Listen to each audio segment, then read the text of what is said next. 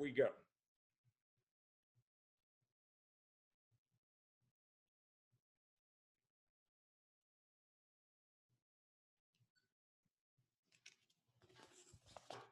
If you will look at the very front of your handout, at the very top, it says, what is the point? And it says, we are far along the road toward the utopia that past generations dreamed of. Here are some steps to get even closer. So this book is really a book about social justice. It's really a book about poverty. It is very much a book about basic guaranteed income. It has different names, universal basic income, but it very much has a major portion about that. And it is a book written by a Dutch writer, observer, historian, economist, thinker named Rutger Bregman. The name of the book, Utopia for Realists, How We Can Build the Ideal World. On the left side of the handout, I give 3 reasons why this book is worth our time. Number 1, this book is a good brief history of the dream of utopia. All through the centuries, people have dreamed of that perfect world that will someday arrive. The land of Oz, the Wizard of Oz, where everything we want will come true and we'll be able to get back home. And so this book is a brief history of the dream of utopia. It is also a brief history of the crushing reality of poverty through the centuries and across the globe. Hold on, okay. Number 2, this book is a book that informs our discussion of poverty, homelessness, and education. So one of the things that I have come to understand, especially strongly, is that in the midst of this pandemic, in the midst of the protests regarding the racial issues, there are a lot of people who spout out opinions, and I'm not sure they're very informed opinions. This book is a way to have a better informed opinion about some issues of poverty, including the idea of basic guaranteed income. Number 3, this book makes the case for some genuinely progressive ideas, which may be especially needed as the rise of technology continues unabated. And so the technology is coming, the robots are coming. Martin Ford wrote a book called The Rise of the Robots. They are going to replace jobs, and that is going to create some enormous economic difficulty. Let me mention, as we keep going, that the United States has actually practiced a tiny bit of universal basic income. We all received $1,200, $2,400 for a married couple from the government because money had been taken away, jobs had been taken away. And the reality is that that was a 1-month practice of universal basic income. And this book talks about doing that on a more permanent basis for one of its major themes. Now, if you have never been to one of my presentations, you know that I jump around a little bit. Turn to page 7. The page numbers are at the bottom right. And we're going to go with page 7 and 8, and then we'll go back to page 1 a little bit later. So on page 7 on the left, this is a quote from Oscar Wilde. It's, of course, in the book.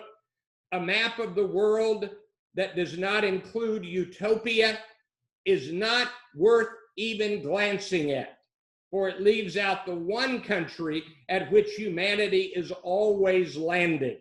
Progress is the realization of utopias. Now, below it, I have just a definition of utopia that I found online.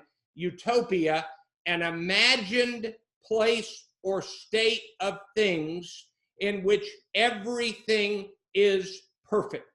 So utopia is this imaginary place where everything is perfect. I remember, what was it called? An American Tale by Steven Spielberg. And there was a song, "There Are No Cats in Wherever." I forget where the wherever was, in America, I think. But there are no cats in America. So if you're a mouse and you find a land with no cats, you are living in utopia. Well, that's the premise of this book. My goal, as always, is I'll say a few words that are me, but it is my goal to let the author of the book and the content of the book speak to all of us. So here we go. I'm on page 7 on this section of the handout. Some of the key content and ideas from the book.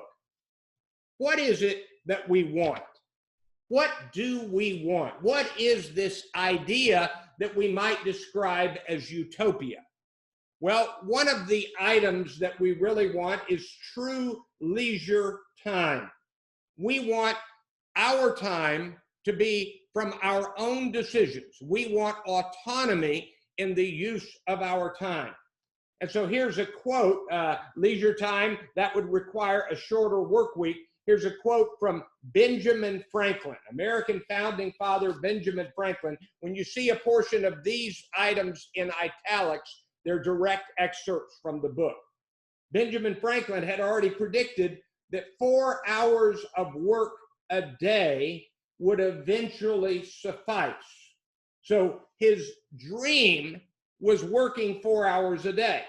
John Stuart Mill was arguing that the best use of more wealth was more leisure, and Mill opposed the gospel of work. And so one of the things that we dream of and we want in this coming utopia is time on our hands that we get to choose what to do with our time. It is not mandated by others. Another real desired state is good health. We want to live longer. We want to be healthier. We want to be able to move about and our bodies be in good health. Boy, are we in a crisis mode during this pandemic about that. Let me pause. If you're concerned about the pandemic, and I suspect you are, let me tell you a book not to read. The End of October by Lawrence Wright. He's a Pulitzer Prize winning author. He grew up in Lakewood in Dallas, lives in Austin, and it was written before the pandemic, but it was published after the pandemic. And Lawrence Wright researched pandemics, and I read the book and I came away thinking, this one is not the big one. We haven't been hit with the real pandemic yet. So if you want to be a little more nervous, read The End of October by Lawrence Wright. So we want more leisure time, we want good health, and we want money. Not money to have money, but money to enable the other things we want. There are a lot of studies that say if you have enough money to get the things you need and a few of the things you want, you don't need a massive amount more. And that's where the concept of guaranteed basic income comes from. It's enough money that you can relax. And we'll talk about that more. Now, prelude. It will never work. There are people who say that we're never going to reach that point where we provide the money for people to have the basic standard of living. A quote from the book, "These days, the idea of a basic income for all Americans is as unthinkable as," put a star beside this, "as unthinkable as women's suffrage and equal rights for racial minorities were in the past." And one of the things that this book chronicles is how the thing we want next is opposed, but the thing we now have was equally opposed. You know, we read in history in 1920, women got the vote. And we don't think back to the decades of struggle and protest and marching that led to that moment. And I have immersed myself in the history of the civil rights movement. My wife and I have been to vacation in Atlanta, Birmingham, and Selma, and Montgomery, and Little Rock, and Memphis. We've been to the spots where so much happened. And I will tell you that every step forward was opposed with energy and with ugliness by the people in power. And that's true with every social step forward. And so when you say it will never work, remember that they said women will never vote. Black people will never be able to eat in the same restaurants and go to the same motels and be in the same schools. It was all opposed. And so that this book kind of makes that pretty clear. Now, let's start here. Poverty is a lack of money, of cash. Samuel Johnson in 1782, unlike many of his contemporaries, he understood that poverty is not a lack of character, it's a lack of cash. Now, the book is filled with stories. For example, if I knew this story, I did not remember it. There was a 6-month Irish banking strike in Ireland, a banking strike. 6 months, I think it was in the 1970s. And during that 6-month strike, the banks were closed. And what did the people do? This was really interesting. They relied on the people who owned the pubs to vouch for who was reliable or not. And they, in essence, just wrote each other checks, IOUs, money that they created out of nothing to function as a society for 6 months until the banks came back. And it was really fascinating at how the people found a way to do that. And they went to the one person that knew who was trustworthy and who was not trustworthy, the owner of the pubs. Everybody went to the pub. If you've ever seen Midsummer Murders, I haven't seen any Irish television programs. People live in their pubs. And so that was really interesting. And then there was a story a couple of decades ago, I think it was, of the New York City garbage collectors strike. And what happened during that strike is the garbage collectors were not making enough money. They were not paid enough. And they went on strike. The first day, garbage piled up. The mayor said, we are not going to give in to these garbage collectors. By about the 5th and 6th day, it became unmanageable. And I think it was after the 10th day, they settled the strike. Now, why is this an interesting story? Who is more important in society? A Wall Street banker or an army of garbage collectors? And what this book says is we've got to learn how to value the people who do work that is really important to us. And I find that really fascinating. So that's the story of the New York City garbage collectors. And this is fascinating. Look carefully at the wording: the roads, the transport, and the piano makers. And it really is an early story of the beginnings of globalization. People lived in villages, and if they wanted a piano, it had to be made by a local piano maker. You couldn't send off to some piano maker across the country or across the world and get your piano. It had to be local. But as roads were built, as transportation grew, then it became possible to buy pianos, maybe for less, but it put the local piano builders out of work. And that's really the story of globalization. When something can be brought in from elsewhere for cheaper, then it puts the local folks out of work. All right, here's the brief. We're at the bottom of page 7. Here's the brief history of kind of Utopia and its ideals. Things used to be ghastly. Now, everything is better, much less ghastly. Even those we still call poor will enjoy an abundance unprecedented in world history. 700 million Chinese have been lifted out of extreme poverty. Of course, this book was written in 2017, not dealing with the pandemic crisis. Worldwide, life expectancy grew from 64 years in 1990 to 70 in 2012, more than double what it was in 1900. So we've doubled life expectancy in a century and a decade and a half.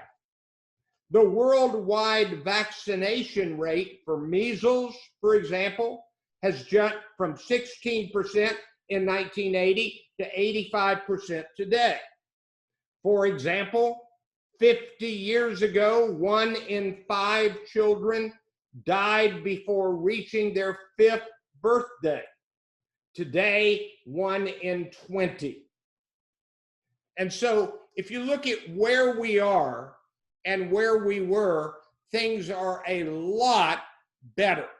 That was the premise of a book by Hans Rosling called Factfulness, F-A-C-T-F-U-L-N-E-S-S, Factfulness, that Bill Gates called the most important book he'd read in 5 years, and he gave a free copy to every college graduate that year, 2 or 3 years ago. I've read that book and presented it, I think here, I know it First Friday Book Synopsis. And so the idea is that things are getting better.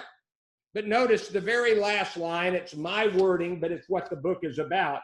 But they could be better still, much, much better for many people. Turn to page 8, the next page. Now,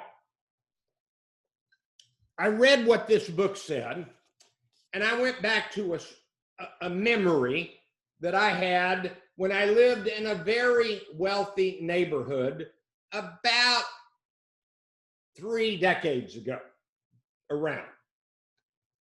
So what I've got written is the story of the parents from the wealthy neighborhood and what careers their children and other people from such neighborhoods would choose.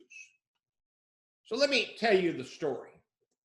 We were in a meeting of parents, and the discussion went to, and it was a group discussion in a home, and the discussion went to how much that group of parents valued and cherished very good education.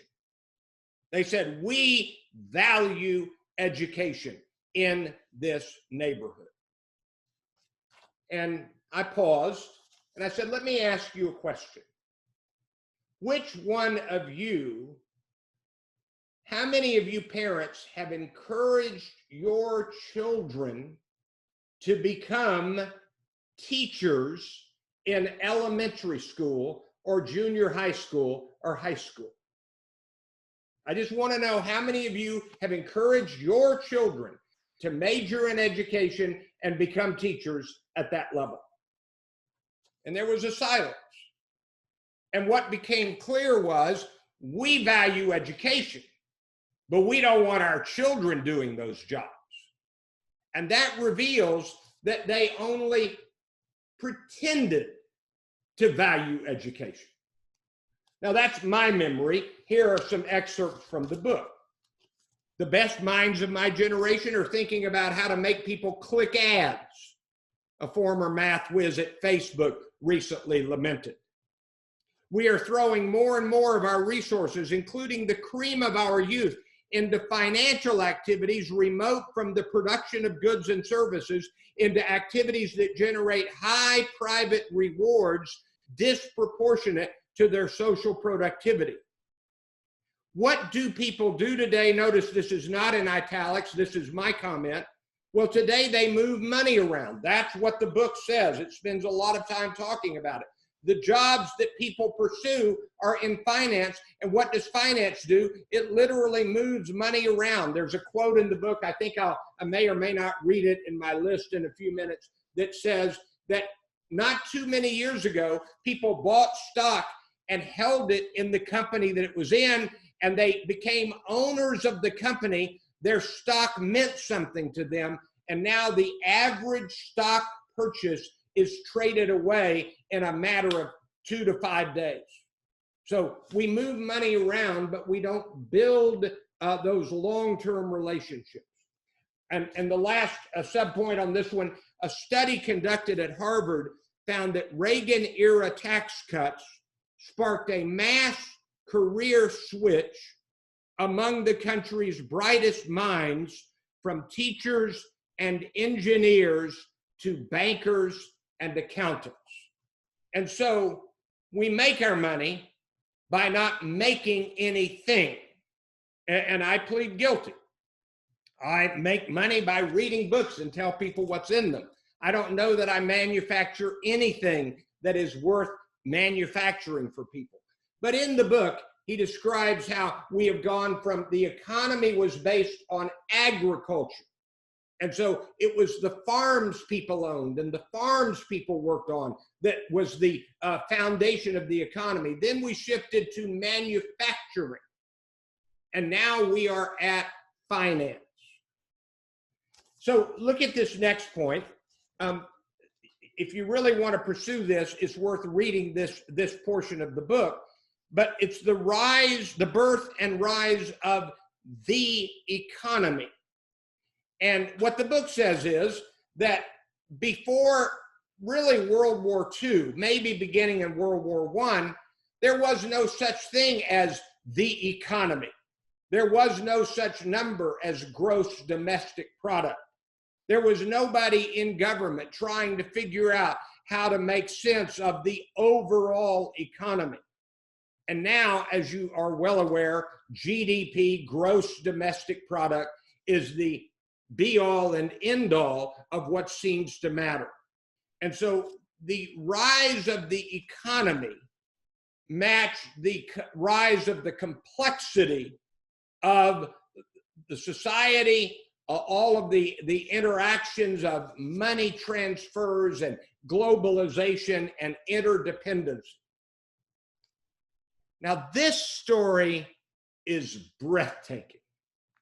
Do you ever read a story and you realize, man, I should have known this with that detail? All I knew before reading this book is that Richard Nixon was once in favor of universal basic income. I did not know that it was beyond that. I know that he proposed it, but I know that it never happened. I learned in this book, we got this close. It really could have happened during the Nixon presidency. And if you don't remember, he was elected in '68 and reelected in 1972. So let me read here. Richard Nixon, the House and the Senate, and the near miss for universal basic income. Twice during the Nixon presidency, the House of Representatives passed a universal basic income bill. The idea in this book and in a number of the experiments is you give people money up to the level of getting them out of the poverty level, kind of the basic income needed. And the House of Representatives twice passed a universal basic income bill with the input and encouragement of Richard Nixon, and he would have signed the bill into law. He would have. And so now let me read and then I'll give you the punchline. 5 famous economists, John Kenneth Galbraith, Harold Watts, James Tobin, Paul Samuelson, and Robert Lampman, wrote an open letter to Congress. The country will not have met its responsibility until everyone in the nation is assured an income no less than the officially recognized definition of poverty, they said in an article published on the front page of the New York Times.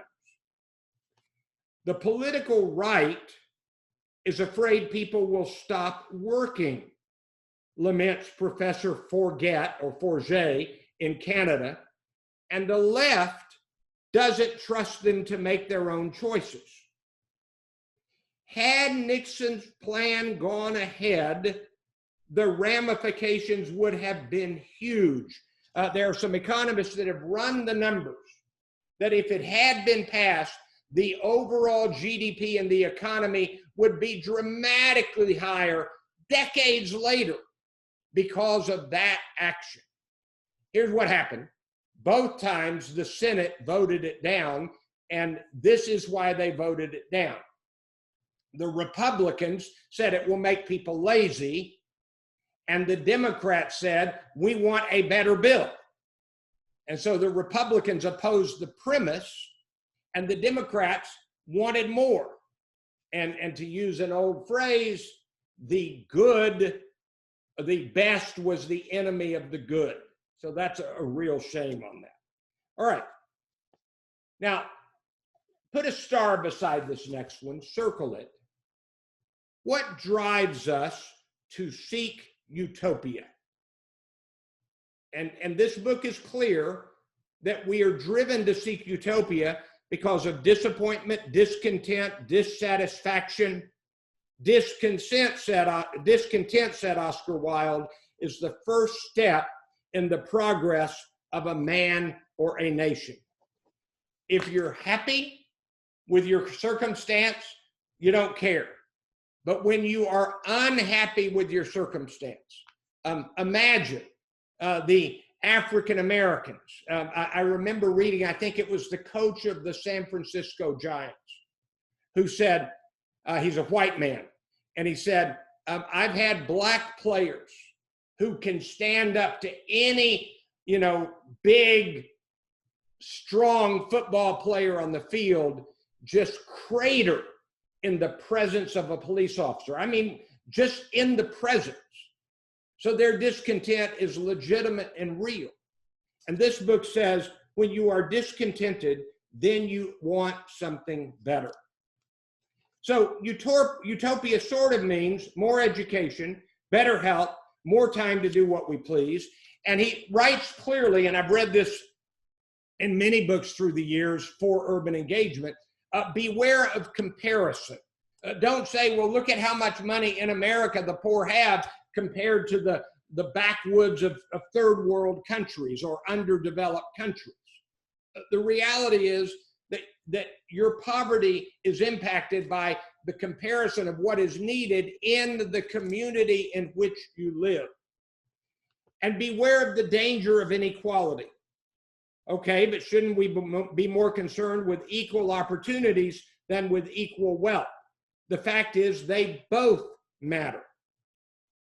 Now, the book is crystal clear that things are going to get worse if we don't fix the money problem that people are going to need because of the coming rise of the robots. Robots will replace jobs. Robots, the owners of the companies, have a winner-take-all capacity, thus expanding the problem of inequality. And so think about the wealthiest people in the country. Jeff Bezos, there really isn't a true competitor to Amazon. And don't kid yourself, it's a technology company. I mean, they send goods and but it's a technology company. Or Facebook. Today, the day that I'm presenting this presentation, there are incredible complaints about the amount of money Zuckerberg makes and has, tens of billions, but the way he is avoiding things that he should be doing. It's a winner-take-all approach. And the book talks about this and quotes Peter Thiel, who is the co-founder of PayPal. And Peter Thiel has a book called 0 to 1. I forgot to unplug the phone, my apology. Okay, so that was the coming rise of the robots. Now, there are some people who say, well, we don't have to give them money. And so let's try these approaches. money management classes for people who don't have enough money. Make their decisions for them. Give them money, but not cash. We make the decisions on what we will give them with the money. And the fact is, the book has real information that doesn't work. It does not work. And I think about something I read this week about police training on people having kind of instantaneous bias coming out. And they've done a ton of that training, and it has made no difference. No difference. All right. GDP is the dominant figure now, but maybe that will not be the final word, the final formula.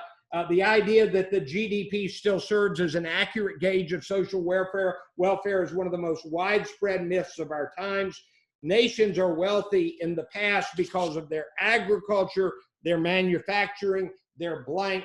And the book has some of the modern alternatives to using GDP with happiness indexes and other kinds of approaches. Now, I'm about to use a cuss word. I apologize. It's in the book. There's not a better word to fit here. It's near the bottom of this page. Another thought about work.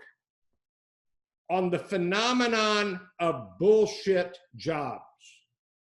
In David Graeber's analysis, this is a quote from the book, innumerable people spend their entire working lives doing jobs they consider to be pointless. Circle that phrase, pointless.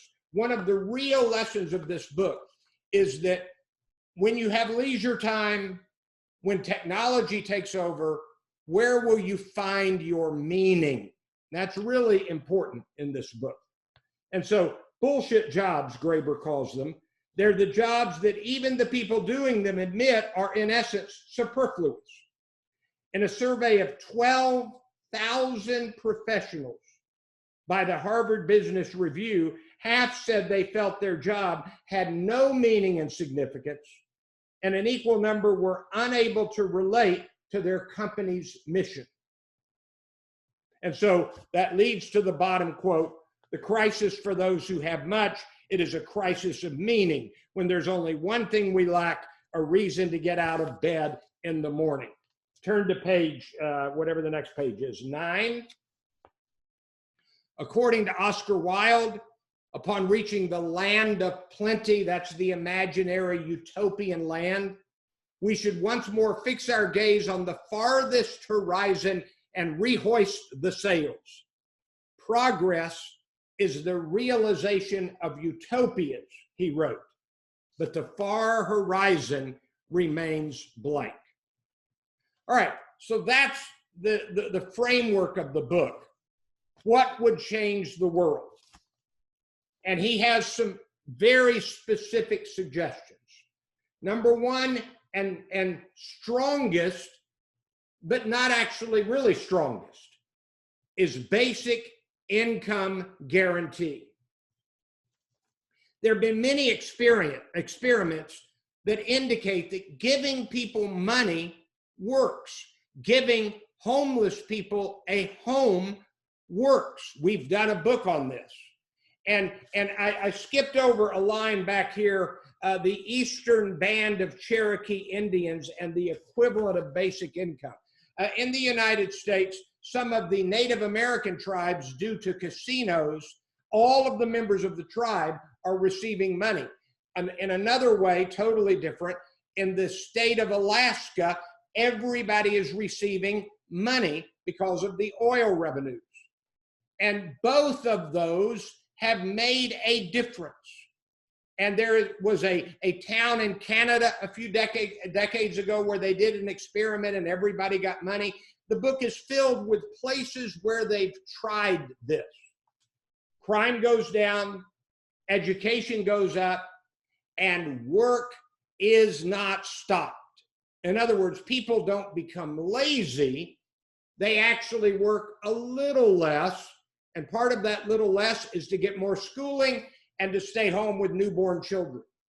And so it's a really, this book gives the data that says this works. All right.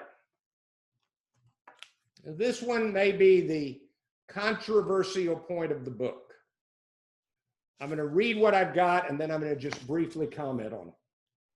The one thing that would most change the world for the better for many, many millions, tens of millions, hundreds of millions of individuals are open borders.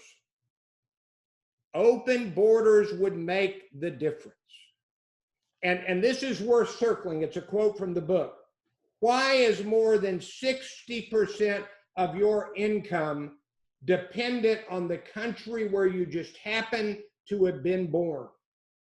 Let me use a parallel for a minute. Every African-American parent, especially with sons, has to say, this is how you respond when a police officer sees you and stops you. White parents don't have to do that. And the number of Black males who are in prison and have been attacked by police, it is astronomical. The head of the San Francisco Police Union just said 2 days ago that yes, there is systemic racism in the police. And so the idea that we automatically make it tougher for some people because of the color of their skin, this book says it is automatically tougher on people for where they live and they can't cross borders. And there's a history in the book about when passports and boundaries and borders actually took hold. And it was around shortly after World War I. Fascinating. I'm reading again. Oddly, though, the world is wide open for everything but people. Opening borders to labor would boost wealth by much more than 1,000 times more. Economists have run the numbers. And if the borders were open and people could move to where they could be productive and paid for it and have jobs and futures, it would be potentially worth tens of trillions of GDP over a course of years. Tens of trillions. All right, put a star beside the footnote. We need better data. We need randomized controlled trials, RCT. We need to know what actually works, not what we think might work or won't work. I have one opinion. One should evaluate things, which is strongly held. People should evaluate things. I'm never unhappy with the results. I haven't yet seen a result I didn't like, and that is a woman economist who has studied basic income and other numbers, and they say you can't guess on this. You've got to know your numbers. Okay, turn to page 2. I'm going to do this in about 3 or 4 minutes. I'm only going to choose a few of these. These are the best of Randy's highlighted passages. It actually starts on page 1. I'm going to choose one a page. So get ready to jump around, keep your pen handy. And I encourage you to read all of these. There are 70 something of them from the book. I had many more, but read especially the bold ones and the larger font ones. All right, look at page 2, number 19.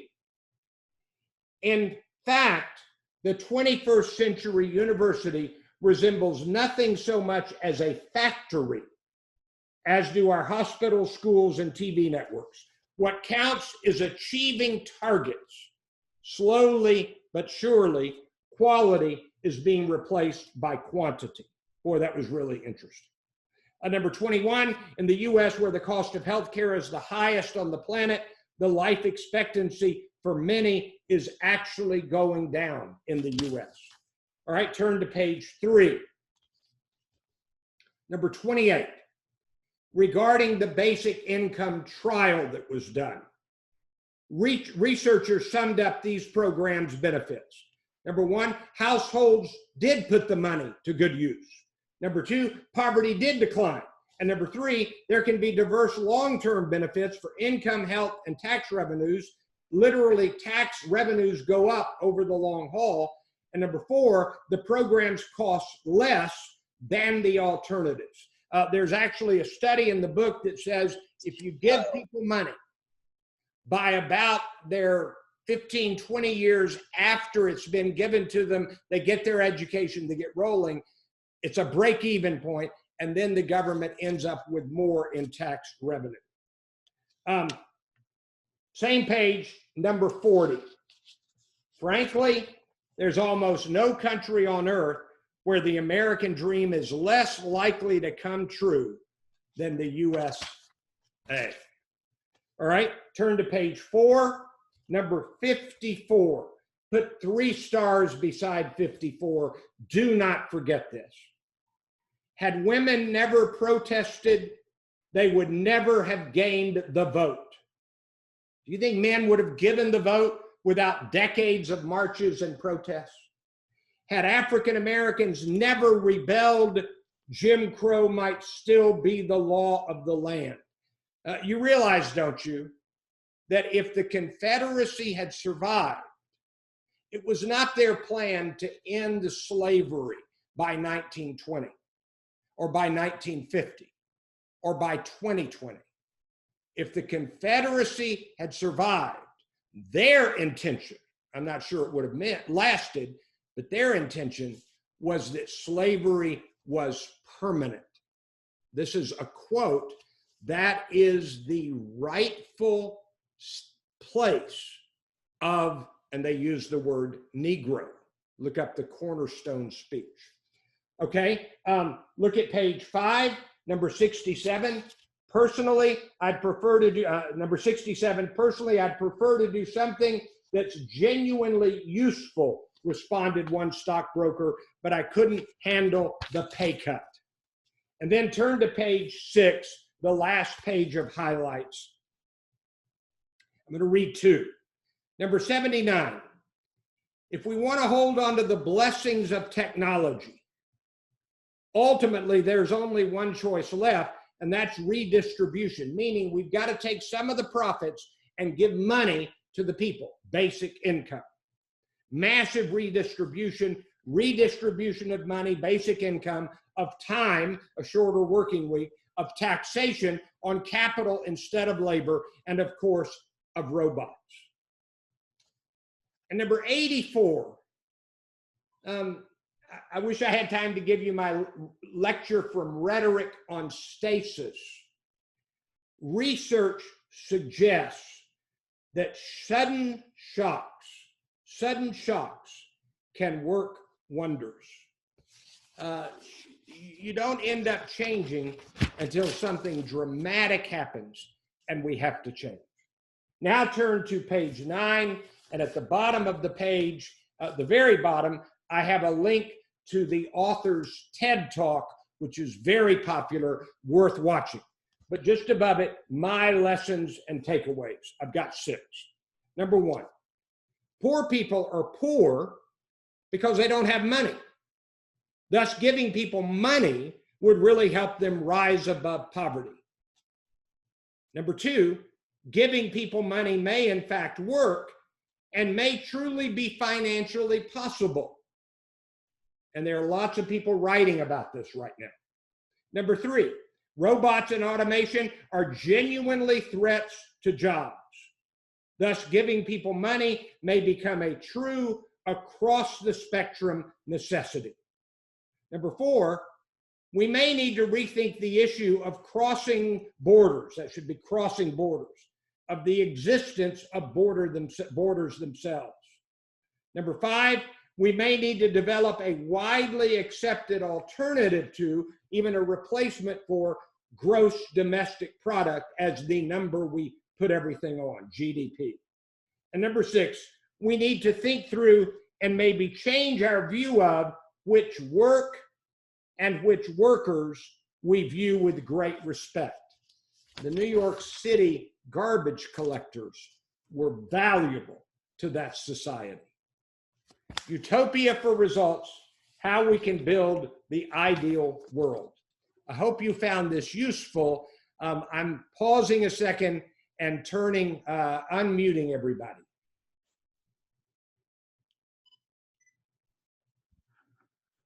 Okay, everybody is on. It's 1:28. I said we would end at around 1:30. Does anybody have any major comments or questions they want to tackle for a moment? Somebody speak up. Randy, I've got a question. This is Solomon. So I'm curious on the premise of giving housing to those that are homeless as the way forward.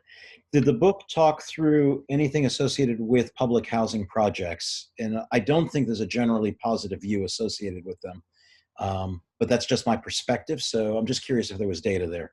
Yeah, let me give two comments to that. It's a very good question. The book that I did earlier on the issue of giving housing would really be useful. And Solomon, if you'll send me an email, I'll send you that handout. I also presented that book, and I'm drawing a total blank on the name of the book. That's embarrassing. I presented that book for the Metro Dallas Homeless Alliance, as well as for the Urban Engagement Book Club. The one thing to read to grasp the argument on giving homeless homes is an essay, you can Google it and find it easily, by Malcolm Gladwell called $1 Million Murray. And that's quoted in this book. And the reason homeless people left homeless is so expensive is that they end up in hospitals and in mental illness problems and in jails. And literally they end up costing less when you provide a home for them. Now, public housing was a noble effort, but it pulled them aside and did not do what the modern, more current experiments are doing. And there are some cities, the state of Utah as an entire state is giving homes to homeless people. And this is a growing movement. So thanks, Solomon. I hope that answered. So thank you. Any other questions? All right, let me tell you that next month, on the third Thursday of the month, I'm presenting the synopsis of the book, White Working Class, Overcoming Class Cluelessness in America. And so that's going to be another interesting book. And sometime pretty soon after that, I'll be doing for this gathering the second book by Ibram X. Kendi called How to Be an Anti-Racist. I'm going to hang on here for longer, and I thank you for coming, but I'm going to let Aja officially end the meeting. So Aja, do whatever you want to do to end the meeting. Hi, everyone. Thank you so much for coming today and just being part of this. If we can give Randy, if I took ASL in college and it was my minor, so if we can give Randy a hand clap, an exciting thanks for all of his wonderful work. We will be sending out links for the next couple of books. We are, instead of using Amazon, encouraging everyone to support a Black-owned bookstore. We will be giving the link to one that you can buy online as well. The other thing is that as we are slowly opening, volunteering is coming open again, and we're always accepting donations, but volunteering is usually a big thing that this group usually does, and so that is slowly starting to come back open. And so if you would like to get involved, please go to citysquare.org to see if you want to donate or volunteer or make baskets. That is the new thing that we're doing. Is baskets for our neighbors. And if you're thinking about donating groceries, we are in need of specifically peanut butter, tuna, canned chicken, just things of that nature, things that'll last a little bit longer. We are getting quite a bit of fresh vegetables with Scrape, but we're running out of proteins. And so if you guys could help with that, that would be awesome. Randy, thank you so much again for everything that you're doing. And I hope that you all have a fantastic week. Happy Juneteenth to everyone and enjoy your afternoons. Thank you, Aja. Thank you, everyone. Thank you. I'm going to hang on another minute. Solomon, somebody remembered the name of the book. It is Housing First. That's what you call my very bad memory that I didn't remember it. It's called Housing First, but I'll still send you the handout if you'll send me an email. So, okay. And I'd say about what Aja said, the human need has gone up during the pandemic. Give what you can to City Square and other entities that are helping the people in need. Absolutely. And I I recommend City Square. So. Thank you. Bye. Bye-bye. Bye-bye. Hi. Thank you all. We'll close out the meeting. Thank you for coming. I appreciate it.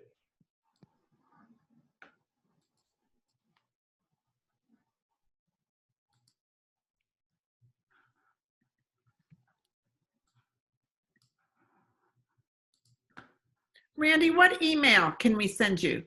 You said you an email? Let me see if it's on here. I think it's on here. Sorry. It is on the bottom, randymayu@sbcglobal.net, on the bottom of the last page.